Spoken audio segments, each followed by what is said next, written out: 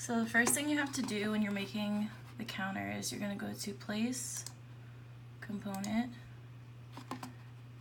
and you have to go to Sources, and we need, like always, a power source, VCC, and a digital ground.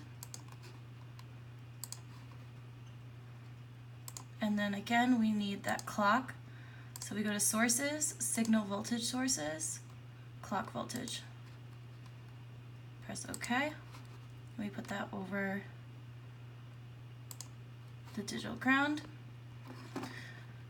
Now to get the flip-flop, it's under TTL 74LS, 74LS, and you scroll all the way down, and it's up just a little bit. 74N. Make sure it's a dual D flip-flop. Now I'm going to make the 4-bit counter because it's a little more complicated, but the 2-bit would just be almost the same thing. So we're going to place 1, 2, 3, 4. Then I'm going to press cancel. I can X out because the only thing I need is a probe. So I'm going to go to this toolbar right here. If you don't have that toolbar, you have to go to View, Toolbars. You need to make sure Measurement Components is checked. So when I uncheck it, it goes away.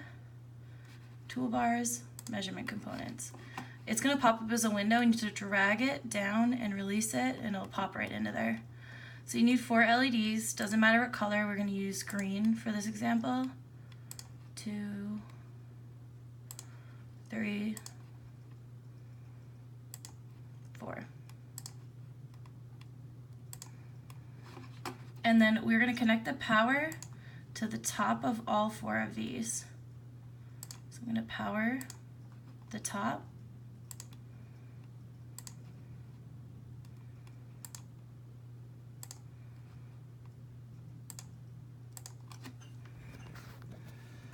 And the bottom.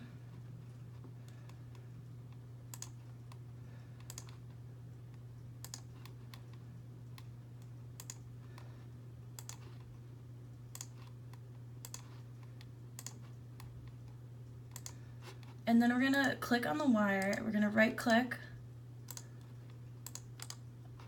Properties, and under net color, let's change it to red because it is power. We always want it to be red for power. Press OK. Now the clock, we're going to connect to the ground, and then just to be consistent, right click, Properties, and let's change ground to black. And press OK. And then we're going to use the clock as an input for one CLK.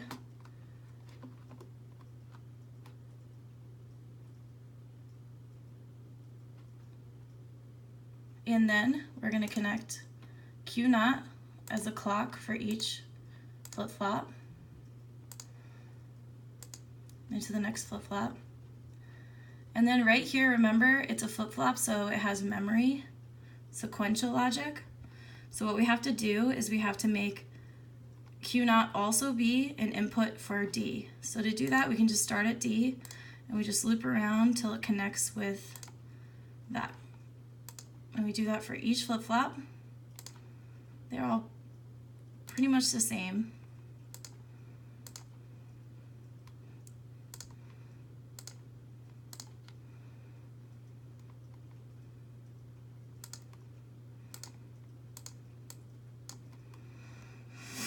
Okay, now we have this. Remember, this output becomes not the first probe, but the last probe. So what that means is that this flip-flop is the least significant bit. It controls the ones place. The first one controls the one place, which means the second controls the next digit. Oh, we don't want to do that. Let's delete that wire. We don't want to connect it. I'm going to make it go up and connect to the second probe. And this one connects to the third. And then this one is the most significant bit, connects to the first. You're going to press play, and you see it counting really fast. So we can't really tell if it's counting in binary, so I'm going to press stop. And then on the clock, you're going to right-click Properties, and the lab says 60 Hertz. It depends on the speed of your computer. Let's try 3 Hertz. When I press play, we can see it counting to 15 in binary and then turning off.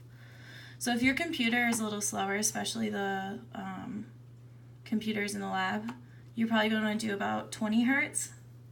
So you right-click Properties, and let's try 20 Hertz.